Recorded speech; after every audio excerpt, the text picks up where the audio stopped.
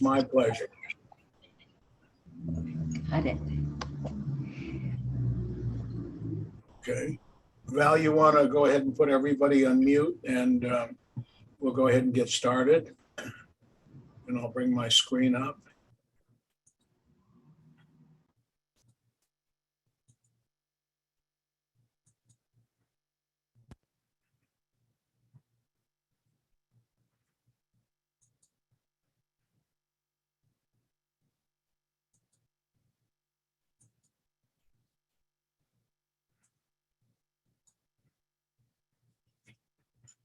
Welcome, everybody. A special program we've designated as Mother's Month because mothers should be honored every day. In honor of the best mother who ever lived, your mother. This was a song that was very popular 100 years ago. Anyway, that's when it was written. M is for the million things she gave me. O means only that she's growing old. T is for the tears she shed to save me. H is for her heart of purest gold. E is for her loves of light that's shining. R is right and right she'll always be. Put them all together, they spell mother. A word that means the world to me.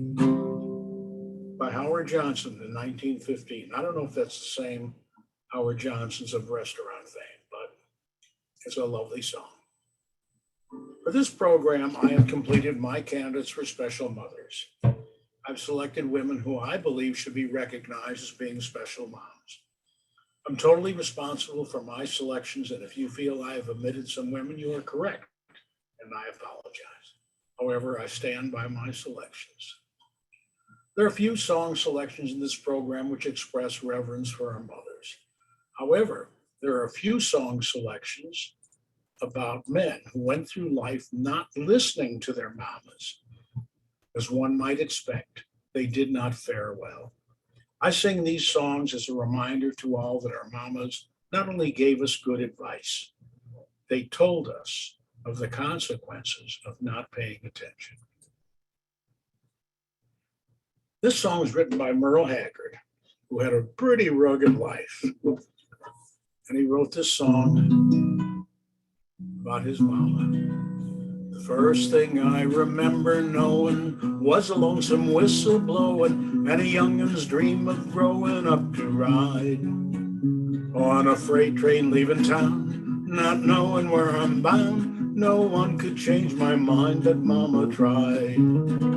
One and only rebel child from a family meek and mild, my mama seemed to know what lay in store.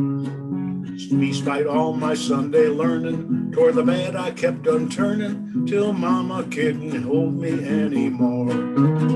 I turned 21 in prison, doing life without parole. No one could steer me right, but mama tried, mama tried, mama tried to raise me better, but her pleading I denied. That leaves me to blame, 'cause mama tried. Dear old daddy, rest his soul, left my mama heavy load. She tried so very hard to fill his shoes, working hours without rest, wanted me to have the best. She tried to raise me right, but I refused. I turned 21 in prison, doing life without parole. No one could steer me right, but mama tried, mama tried, mama tried to raise me better, but her pleading I denied. That leaves only me to blame, 'cause mama tried. Mother's Day is a celebration honoring the mother of the family or individual, as well as motherhood, maternal bonds, and the influence of mothers in society. It's celebrated on different days in many parts of the world, most commonly in the months of March or May. While some countries have a multi-century history of a day to celebrate mothers, the modern American version of the holiday began in the United States in the early 20th century on the initiative of Anna Jarvis, who organized the first Mother's Day service of worship and celebration at Andrews Methodist Episcopal Church in Grafton, West Virginia. which serves as the International Mother's Day Shrine. Anna Jarvis had been a peace activist who cared for wounded soldiers on both sides of the American Civil War and created Mother's Day work clubs to address public health issues. She and another peace activist and suffragette, Julia Ward Howe, had been urging for the creation of a Mother's Day for Peace, where mothers would ask if their husbands and sons were no longer killed in wars. She wanted to honor this and to set aside a day to honor all mothers, because she believed a mother is the person who has done more for you than anyone in the world. In 1908, the US Congress rejected a proposal to make Mother's Day an official holiday, joking that they would also have to proclaim a mother-in-law's day. This is the newspaper announcement. Millions observe first Mother's Day. However, owing to the efforts of Anna Jarvis, by 1911, all US states observed the holiday, with some of them officially recognizing Mother's Day as a local holiday, the first being West Virginia, Jarvis's home state, in 1910. In 1914, Woodrow Wilson signed a proclamation designating Mother's Day, held on the second Sunday in May, as a national holiday to honor mothers. These mothers will be honored today. Probably don't recognize all their mothers. They're not familiar to us except for perhaps a few. Let's take the first one. Chapter 1, Abigail Adams, founding mother.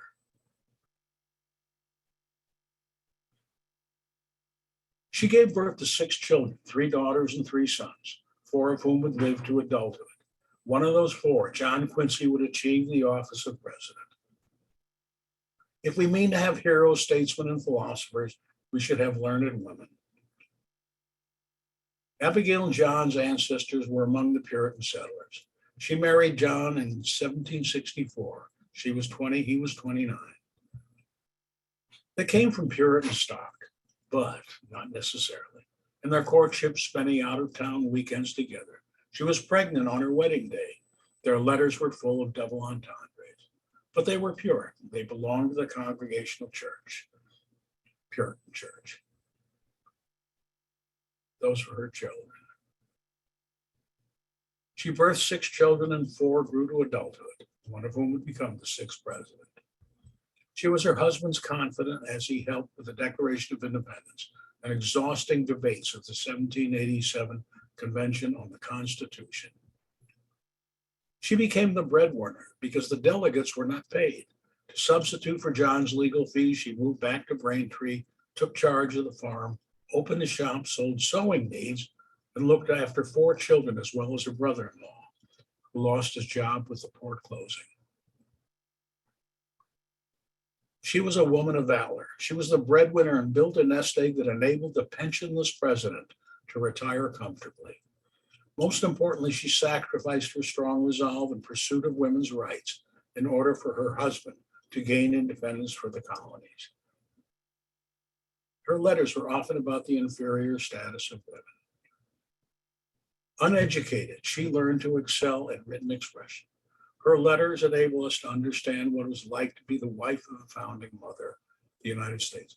Her letters and his letters survive today. There's over 1,000 of them there, and they're brilliant. Sadly, she died at age 74, hastened by a malaria infection. Chapter 2, Clara Barton. She was a nurse. She was so much more. She is one of the most recognized heroes of the American Civil War. She began her illustrious career as an educator, but found her true calling tending wounded soldiers on and off bloody Civil War battlefields. When the war ended, Barton worked to identify missing and deceased soldiers and eventually founded the American Red Cross. Her life was dedicated to the care of others, and Barton had a crucial and long-lasting impact on caregiving and disaster relief in America and throughout the world. She was born Clarissa Harlow Barton, December 25th, 1821, in Oxford, Massachusetts, into an abolitionist family. It's reported her love of nursing started when her oldest brother experienced a serious head injury, and she nursed him diligently for 2 years. After receiving a formal education, she became a teacher at the age of 17. 12 years later, she founded and was headmaster of a free school in New Jersey, where 600 students were eventually enrolled. She left the school after the school board voted to replace her as headmaster with a man. She was working for the patent office in Washington, D.C. when the Civil War broke out on April 12, 1861.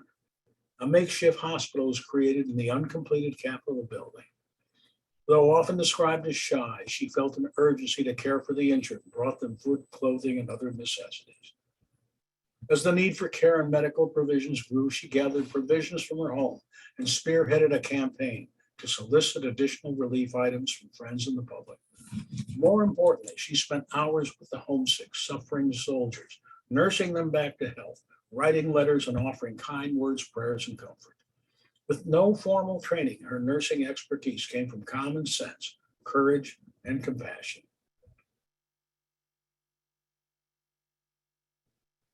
After witnessing the sad state of battle-weary soldiers in Washington, D.C., she realized the greatest need for care and supplies was in the makeshift field hospitals near the front lines.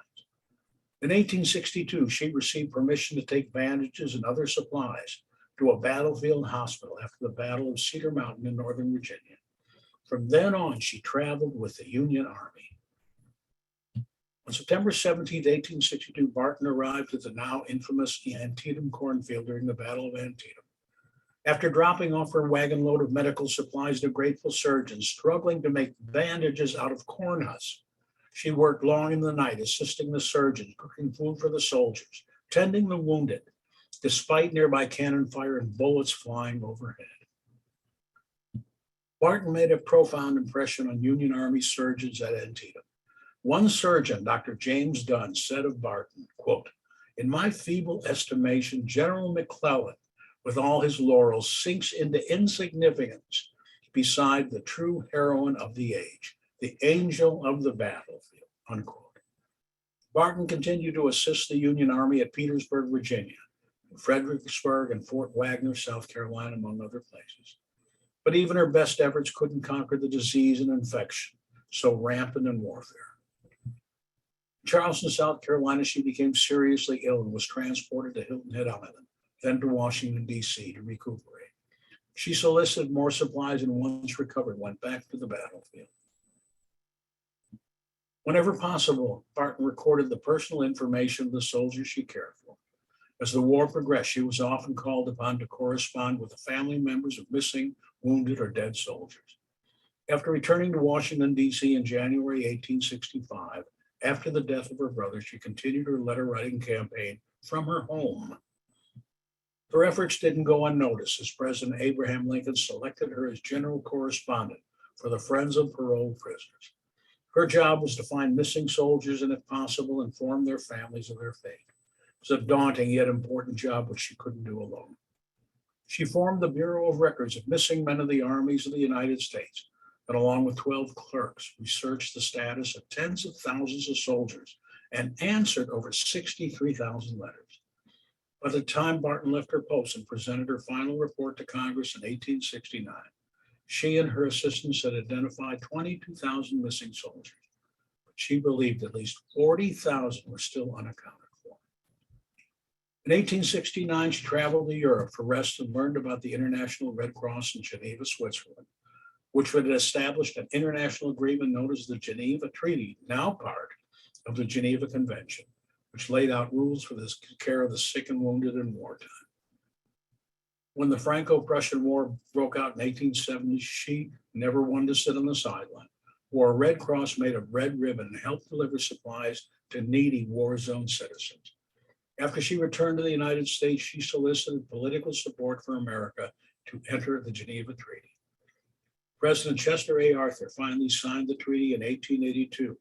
The American Association of the Red Cross, later called the American Red Cross, was born, with Barton at its helm. I have an almost complete disregard for precedent and a faith in the possibility of something better. It irritates me to be told how things have always been done. I defy the tyranny of precedent. I go for anything new that might improve the past. How brilliant is that statement? As head of the American Red Cross, she focused mainly on disaster relief, helping victims of the deadly Johnstown flood in Pennsylvania and devastating hurricanes and tidal waves in South Carolina and Galveston, Texas. She also sent relief supplies overseas to victims of war and famine. She played an integral part in the passing of the American Amendment to the Geneva Treaty in 1884, which expanded the role of the International Red Cross to include assisting victims of natural disasters. But everything wasn't rosy in Barton's Red Cross. She was reportedly an independent workaholic who fiercely protected her vision of what the Red Cross should be. She also suffered from depression, although nothing rallied her more than an urgent call for help. Her authoritarian leadership approach and supposed mismanagement of funds eventually forced her to resign her post in 1904. Her legacy. She served on 16 battlefields during the Civil War. Whether working tirelessly behind the scenes to procure supplies, prepare meals, and arrange makeshift hospitals, or tending the wounded during some of the goriest battles in American history, she earned the respect of countless soldiers, officers, surgeons, and politicians. She almost single-handedly changed the widely held viewpoint that women were too weak to help on the battlefields. The American Red Cross wouldn't exist as it is today without Barton's influence. She believed in equal rights and helped everyone, regardless of race, gender, or economic station. She brought attention to the great need of disaster victims and streamlined many first aid, emergency preparedness, and emergency response procedures, still used today by the American Red Cross. While Clara Barton never married or had any children, in this writer's opinion, she serves as a lasting heroine in her commitment for treatment and care for hundreds of thousands of wounded and ill, and truly a mother of many. She died on April 12, 1912, at her home in Glen Echo, Maryland, at age 91. A monument in her honor stands at the Antietam National Battlefield.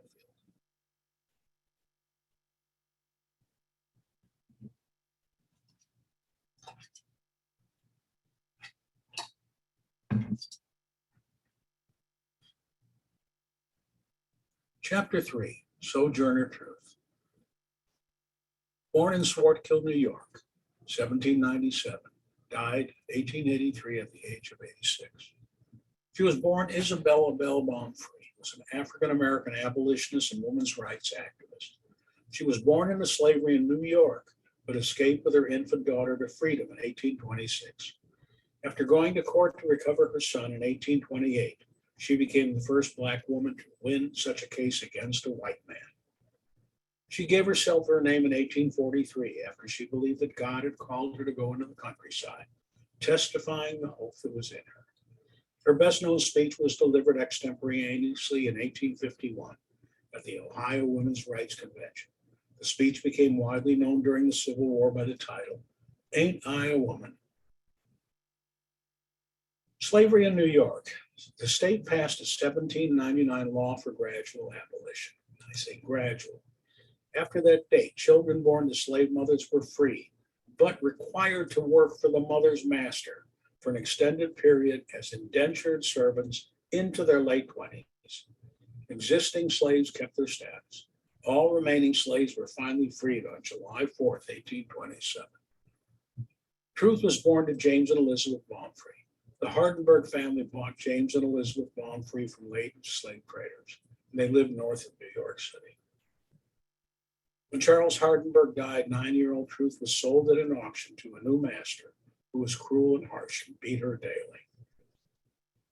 She was sold twice more, and the wife harassed her and made her life difficult.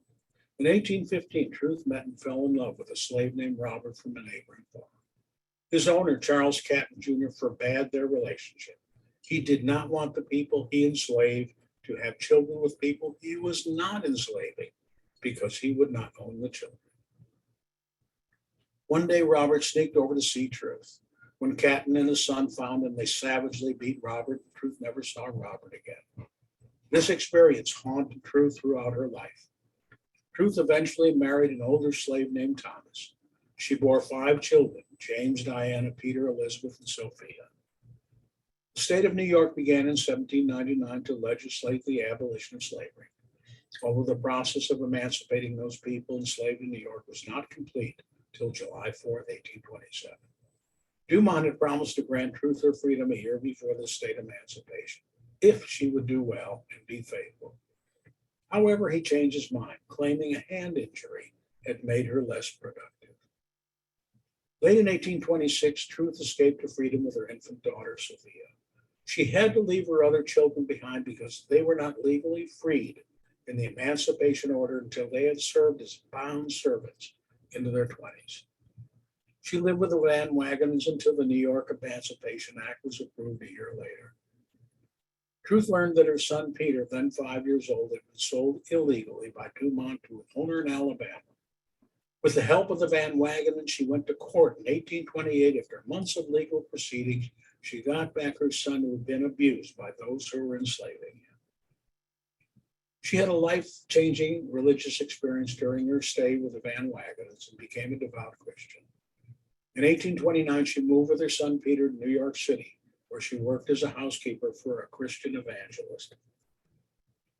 Life is a hard battle anyway. If we laugh and sing a little as we fight the good fight of freedom, it makes it all go easier. I will not allow my life's light to be determined by the darkness around me.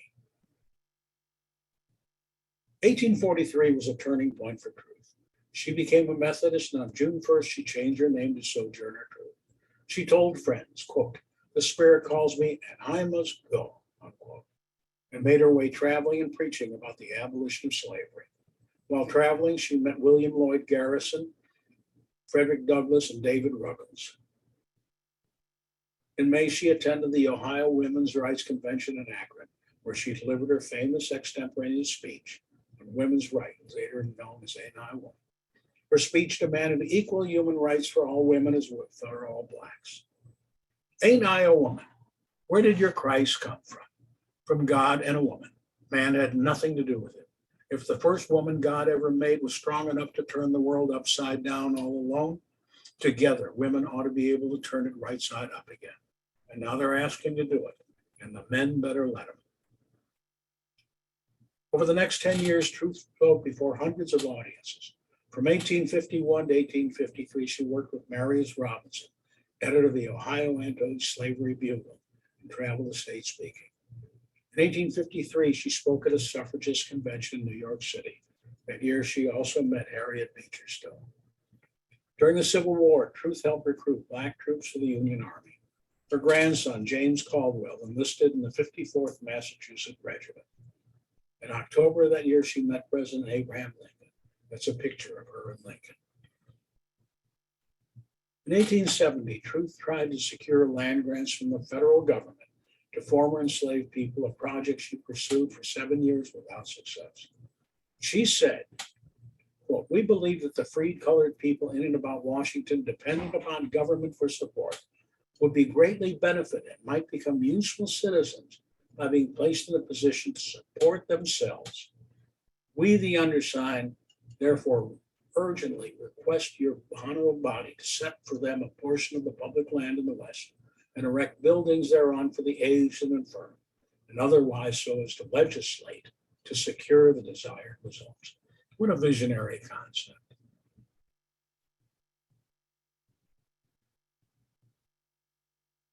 Truth died at her Battle Creek home on November 26, 1883.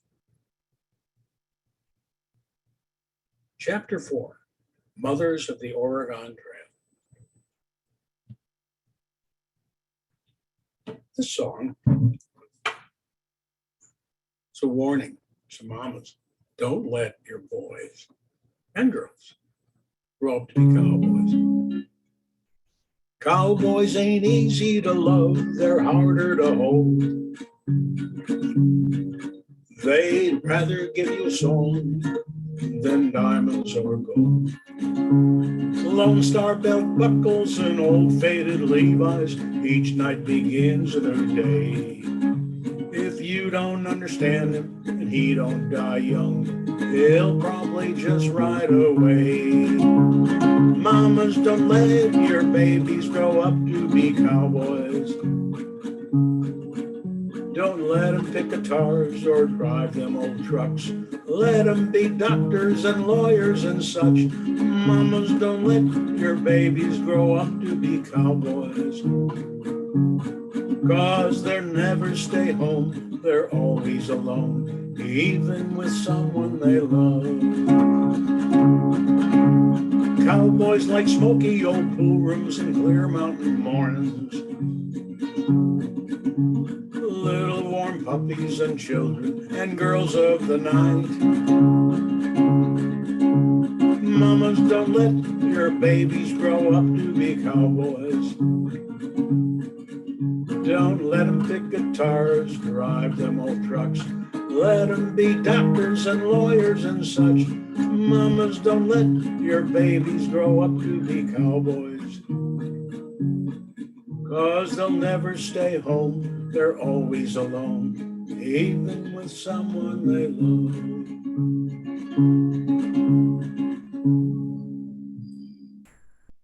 The Oregon Trail started in Independence, Missouri, finished in Oregon City, Oregon, 2,170 miles. Opened in 1841 with 35 men, 5 women, and 10 children making the first trip. Thereafter, tens of thousands made the trip, total about 300 to 600,000. And that was our country in those days.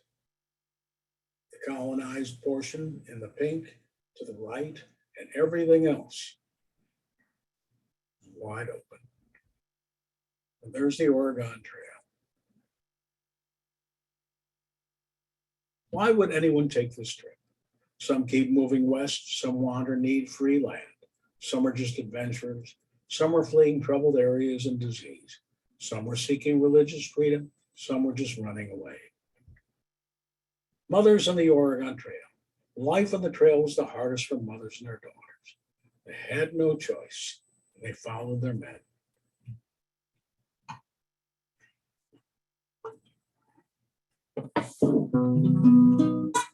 Oh, don't you remember sweet Betsy from Pike, who crossed the wide prairie with her lover Ike, with 2 yoke of oxen, a big yellow dog, a tall Shanghai rooster, and 1 spotted hog. They soon reached the desert where Betsy gave out, and down in the sand she lay rolling about, while Ike, half distracted, looked on with surprise. Then, Betsy, get up, you'll get sand in your eyes. The Indians came down in a wild yelling horde, and Betsy was scared they would scalp her adored. Behind the front wagon wheel Betsy did crawl, and there fought the Indians with musket and ball.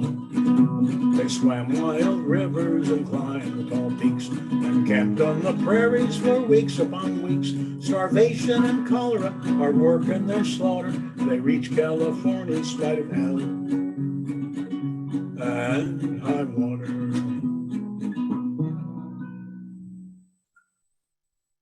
Mothers on the Oregon Trail. Mothers married early in those days. Women. 15-year-old wives were common. Imagine a young girl just married, leaving her parents, knowing she will never see them again.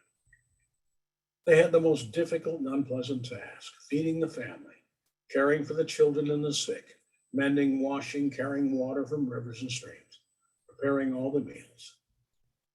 Imagine doing every task plus walking in the desert wearing long dresses, which got dirty and were a fire hazard when cooking. They had to drive the wagon team. They had to learn to shoot to defend the camp against thieves and Indians. Sickness, disease, and injuries were constant companions. Their only medicines were physicking pills, castor oil, rum, peppermint, and laudanum. There are over hundreds and hundreds of diaries from the women who went on the trail. These are just extracts of a few voices or thoughts from their diaries.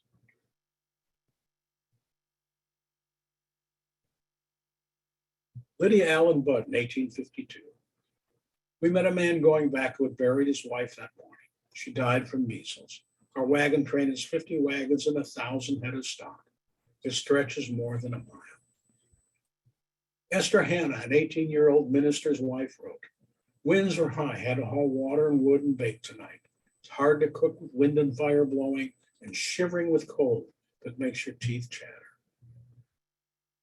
Charlotte Stearns Pengra in her 1853 journey. I hung out wet things in the wagon, made griddle cakes, stewed berries, 2 loaves of bread, a pan of apples and potatoes and meat for breakfast, mended a pair of pants for William. Pretty tired. And that's all before breakfast. It's the inside of a wagon. They didn't ride in the inside of the wagon. Only the sick, the elder, or infirm. They walked. Some of the wagons were not that elegant. Lavinia Porter, wife of almost 20 and pregnant, on her way to Pikes Peak and Gold. We passed hundreds of new-made graves in this part of the route. On this day, we overtook a wagon with only a man and his wife who had given birth to a child the day before. The baby only lived a day, and they buried it in a tiny grave by the wayside, with the mother grieving her heart out.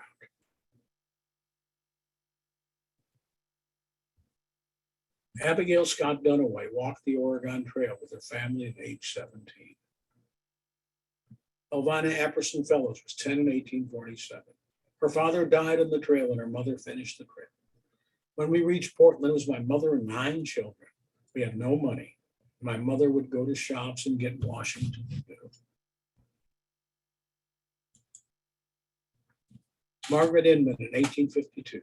I carried a motherless babe 500 miles. And when we would camp, I would go from camp to camp in search of kind women to nurse the baby. No one ever refused me. There was an epidemic of cholera. I think it was caused by drinking water from the holes dug by campers. All along was a graveyard with people burying their dead. Such a terribly sad sight. Martha Ann Morris in 1844. Was 13 years old and wrote about the strength of the mothers on the trail. The mothers had the family directly in their hands and were with them all the time, especially during great sickness. They had to undergo more trial and suffering than anyone else.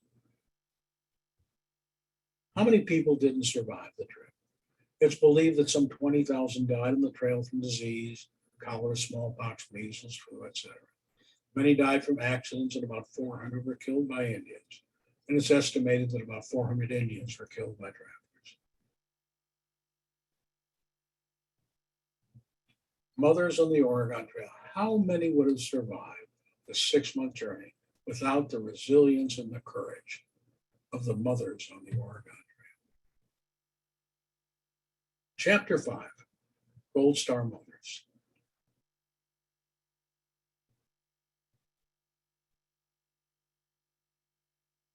The statue to Gold Star Mothers. This is a song written by Joe Bonsall, member of the Oak Ridge Boys. He wrote it for his mother and father, G.I. Joe and Lily. He was a streetwise kid from Philly, just 19 and 44. Joined up again Uncle's army at the beach and fought a war. A decorated hero. He never talks about those days. Because of guys like G.I. Joe, our country's free today. She was Women's Army Corps, raised in Carolina dirt, escorting wounded young men home from a burning hell on earth. The first time that she saw him, he was broken and alone. Lily fell in love that day when he winked and said hello. And Lily sang this song to G.I. Joe. Let me hold you in my arms, handsome soldier. Take my hand, for we are going home today. Let me kiss away your tears. Let me pray away your fears. I'll stay here with you till they carry us away. They married in the spring, all dressed up in army green. Took out a loan, bought a home, raised a family. The war returned to G.I. Joe in 1965. The old wounds came back to haunt him, but Lily's love kept him alive. Now they're living in a veteran's home. They've both grown old and gray. The medals earned so long ago now hang there in a case. Sometimes she finds him weeping as he lay there in his bed. The distant sounds of battle still echo in his head. Lily sings the song to G.I. Joe. Let me hold you in my arms, handsome soldier. Take my hand, for we are going home today. Let me kiss away your tears. Let me pray away your fears. I'll stay here with you till they carry us away. Someday they'll rest in Arlington, beneath the red, white, and blue, safe in the arms of Jesus when their journey here is through. An American love story, not unlike a lot of others, except that G.I. Joe and Lily is my father and my mother. The Gold Star Mothers was founded by Grace Darling Sebold, Washington, D.C. When the United States entered World War I in 1917, George Vaughn Sebold, 23, volunteered, requesting assignment in aviation. He was sent to Canada, where he learned to fly British planes, since the United States had neither an Air Force or planes. On October 11, 1918, George's wife in Chicago received a box marked "The effects of deceased officer First Lieutenant George Vaughn Sebold." Grace, convinced that self-contained grief is self-destructive, devoted her time and efforts not only to working in the hospital, but also to supporting other mothers whose sons had lost their lives in military service. She organized a group consisting solely of these mothers with the purpose of not only comforting each other, but giving loving care to hospitalized veterans confined in hospitals far from home. The organization was named after the Gold Star that families hung in their windows in honor of the deceased veteran. A mother's tears were shed today for a battle long ago, her precious gift to a warrior's son whose fate she'll never know. Not heroes' shining medals for courage through their fears, nor ribbon badge of honor can match a mother's tears. Aside from the founder, perhaps the mother most known for being a Gold Star mother was Aletta Sullivan, the mother of the 5 Sullivan brothers, who were killed in action when their ship, the USS Juno, was sunk by an enemy torpedo on November 13, 1942, during the naval battle of Guadalcanal. The 5 Sullivan brothers.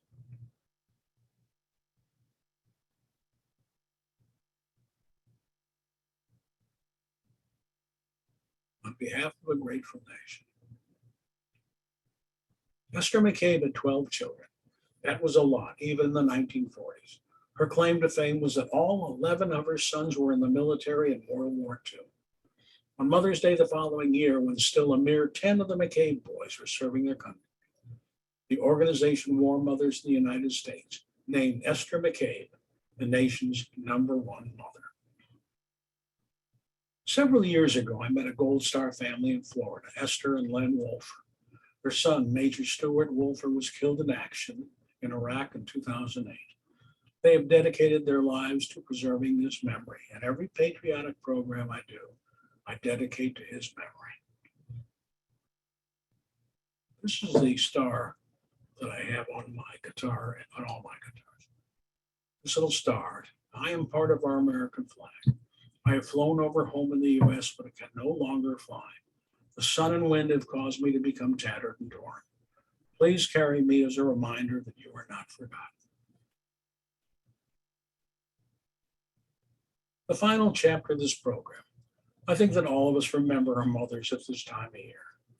Our memories include events of our lives and how we were shaped by our moms. This song, written by Johnny Cash about his mother-in-law, captures his deep affection for his mother-in-law.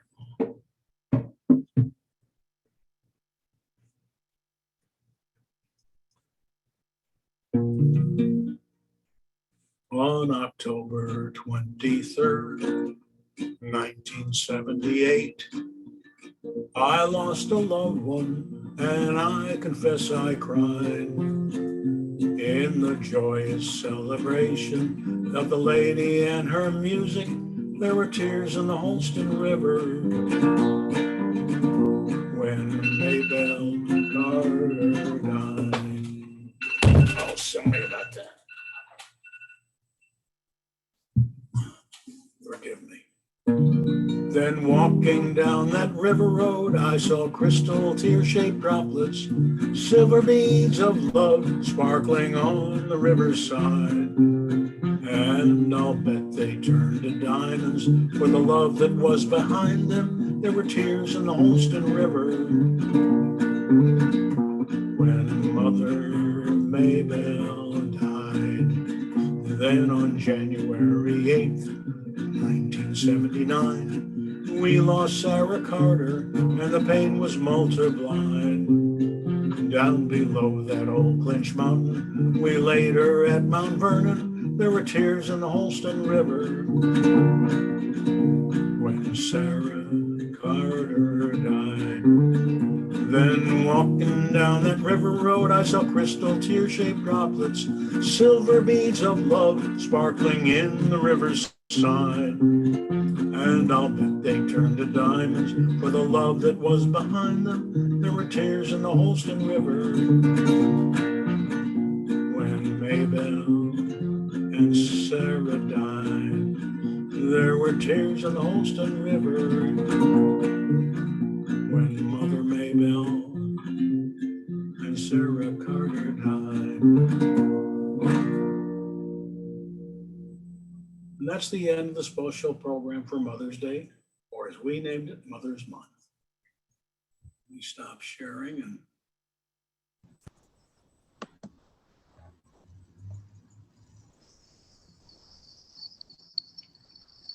was very moving. thank you. Any thoughts or comments? One of the things I learned was how remarkable Clara Barton was. I mean, in her pursuit of anything to help people. I mean, all of her life, she dedicated herself. Such an amazing story. And it just reaffirms the one thing, that if you want to make change, all it takes is one person who won't give up. It's such a remarkable story. All these stories are remarkable. Brandt, this is Josie Crane, and I really enjoyed the piece on Sojourner Truth. I know the name certainly, but didn't know a lot about her, and she accomplished so much in the early 1800s, long before the Civil War, and anybody was thinking that much, it seemed, about the inequities, and she actually got some things done legally. That's amazing in that time. Women had no power, Black people had no power, but she made it happen. I'm very impressed with her story.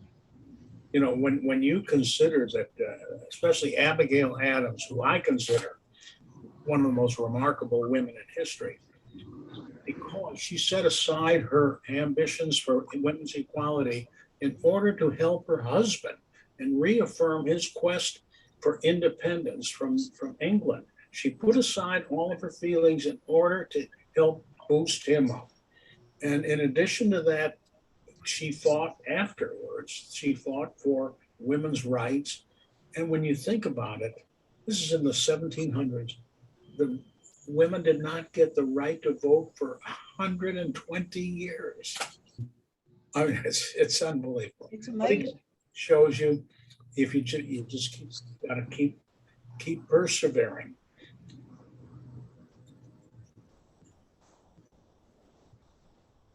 I thank you. It was a very interesting program. Well, thank you. I I appreciate thank you too. It was very interesting. it. Thank you. Thank you all for Thank you. and a belated happy Mother's Day to y'all. And, Thank you. Thanks, Brandt. and stay safe, and I hope we'll be together soon. Okay. Thank you, Brandt. Thank It's you. Victoria. Thank you. Thank And I'll you. let you Yes. know if I have any change in next month's plan. Okay. Okay. Thank you. Everybody have a good day. Bye-bye. Good to see you all. You're Thank you welcome. ever so much. Bye-bye. Bye. Bye-bye.